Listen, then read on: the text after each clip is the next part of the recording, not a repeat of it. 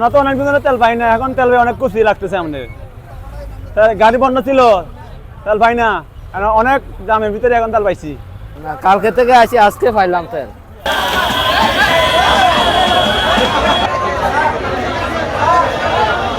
যে অবস্থা দেখছি এখন পাওয়ার সময় পর্যন্ত দেখা যায় মোটামুটি, আশা তো করি। আসছে যখন এত দূর থেকে, বাড়ি এখান থেকে প্রায় 15 কিলোমিটার। আমাদের হচ্ছে কালকে থেকে অফিস খোলা, কিন্তু এখানে দেখা যাচ্ছে এখানে বোতল নিয়ে এসে এরা তেল দিতেছে না, কারণ বাইকে তো অলরেডি তেলই শেষ হয়ে গেছে। তাহলে আমরা এখন বোতল দিয়ে যারা আসছি, এখন এই যে এতক্ষণ ধরে আমরা 5টা থেকে 6টার দিকে এসে এখানে লাইন দাঁড়িয়েছে, আমাদেরকে দিতেছে না।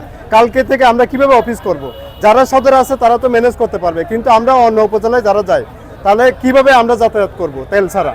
সেটাই সমস্যা আমাদের। আমি সকাল 9টার সময় আইছিলাম, 12টা পর্যন্ত ছিলাম। 12টার পথে ওনারা বলছে গাড়ি বিকেলে আসবো, আপনারা বিকেলে আসেন। আমি আবার সন্ধ্যা মাগরিবের নামাজ পড়ে আসি, এখানে দাঁড়াইছি, এ পর্যন্ত আইছি, এখনো তেলের কোনো হদিস পাচ্ছি না। ক্লিংকার বেশি থাকলে সিমেন্ট বেশি খাঁটি। আনোয়ার সিমেন্ট ঠেলে নিয়ে যেতে হবে গাড়ি বাসা পর্যন্ত 4-5 কিলো। তার তো আমি তো যেতে পারবো, কিন্তু যারা দুর্গম থেকে আসছে, মনে করুন অন্য উপজেলা থেকে তেল নিতে আসছে, শুধু সদরে আছে বলে নিতে আসছে, এরা তো যেতে পারবে না। এদের কি হবে? আমরা তো যেতে পারবো।